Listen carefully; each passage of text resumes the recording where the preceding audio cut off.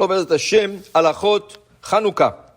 Alors, Chanukah, le Laila Rishon, le premier soir, Mevachim Shalosh Brachot, on fait 3 bénédictions.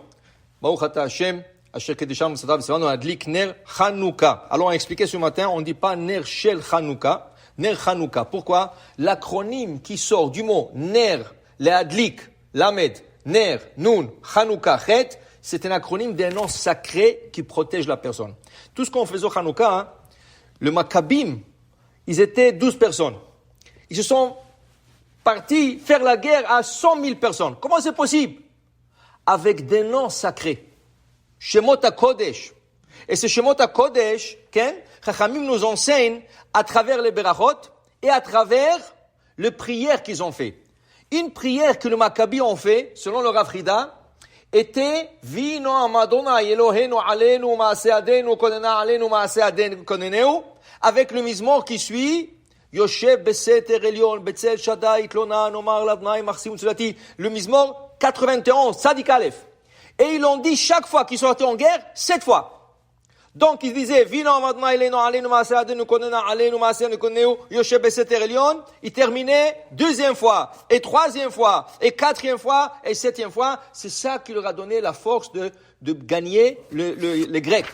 Et tu comprends? Donc quand on te dit, quand tu fais la bracha, tu dis l'adlik ner Chanukah et pas ner shel Chanukah, car le Harizal nous dévoile qu'il y a un nom sacré qui sort du pasuk Notzer Chesed la Alafim.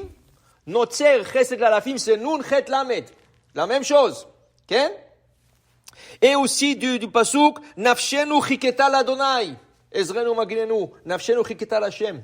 C'est un nom sacré qui protège. Donc on veut le faire. Shabbat, quand tu allumes les bougies de Shabbat, il n'y a pas. Alors tu dis l'adlik ner shel Shabbat. Alors c'est vrai que les gens vont te dire que certaines personnes au Maroc, ils disaient ner shel Chanukah. Mais n'oubliez pas qu'au Maroc, il y avait beaucoup d'influence ashkenaz et Chabad. Et Chabad, ils disent l'adlik ner shel Chanukah. Nous ne sommes pas Chabad, nous sommes séfarades. Donc tu vas suivre le Harizal, avec les recommandations du Harizal. Alors l'adlik ner Chanukah. Après, qu'il a dit la bracha, l'adlik ner Chanukah, on fait la bracha, Baruch Ata Hashem, Elokeinu Chaolam, She'asa nisim la'avotenu bayamim ahem, bazeman hazeh. Et après, le premier soir, nous ajouterons la bracha de She'echeyanu, Ve'kimanu, Ve'higianu lazman hazeh. Premier soir, 3 bénédictions. À partir du deuxième soir, 2.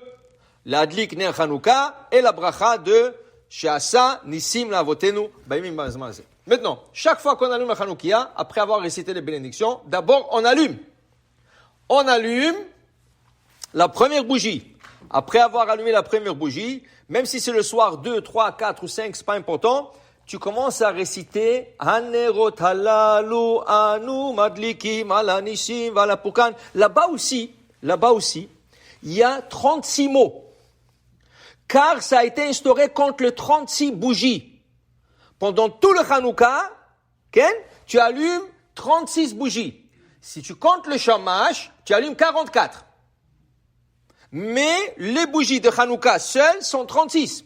Donc, à Nerot halalu, il y a 36 mots. Seulement le Nerot halalu qui se trouve dans certains sidurim, ala nisim, ala pukan, ala givorot, ala tzoj, sastit ala votenu, abayamim, ahem, bazan, bim, etc. Il y en a qui ajoutent plus que 36. Alors regarde bien, c'est 36. Mais non. Même la version du Harizal, qui contient 36, c'est 38. Alors on dit que les 2 premiers mots, Hanerot halalu, ne comptent pas, c'est rien qu'une introduction. Alors même dans la vraie version du Harizal, il y a 38 mots. Mais les 2 premiers mots, il dit ne comptent pas, Hanerot halalu.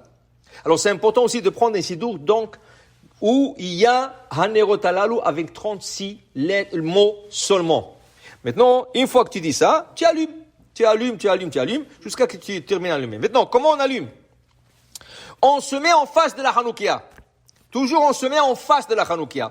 Et c'est pas important si tu as un shamash qui se trouve au milieu et un shamash qui se trouve sur le côté. C'est pas important.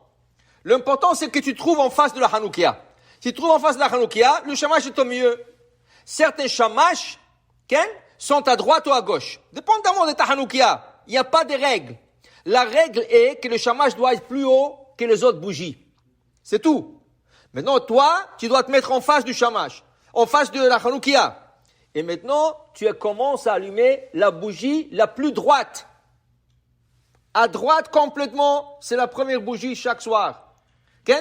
Même si tu allumes pour la fenêtre, dans la fenêtre, tu allumes en face de toi et pas en face de la rue. Ça veut dire que je ne pense pas, mais les gens de la rue, ils doivent le voir à droite. Non, les gens de la rue, ils vont le voir à gauche. C'est important, c'est la Hanouka est en face de moi. Alors, dans ce cas, tu allumes la première bougie tout à fait à droite. Le deuxième soir, tu ajoutes une bougie à côté et tu commences à allumer de gauche à droite. Tu allumes toujours la nouvelle bougie et tu te diriges vers la bougie d'hier. Alors, on allume toujours la bougie. On commence avec la bougie la plus droite et on ajoute une bougie chaque soir et on commence avec la nouvelle bougie en se dirigeant vers la droite. Okay? Maintenant, il y a deux sortes de shamash. Il y a un shamash fait à l'huile, il y a des shamash qui sont faits en cire. Qu'est-ce que c'est le shamash? Le shamash, c'est la bougie qui va rester allumée le plus haut. Okay? La bougie que je prends pour allumer les autres bougies, c'est pas toujours le shamash.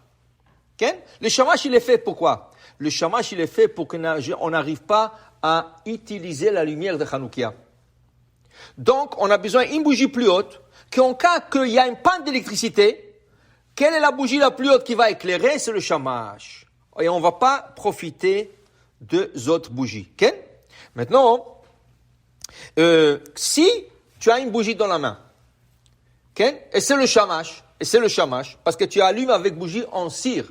Tu l'allumes d'abord. Tu l'allumes avant la bracha. Avant la bracha, tu l'allumes, et là, tu fais la brachot et tu allumes. Okay? Si ton shamash est à l'huile, tu ne l'allumes pas d'abord.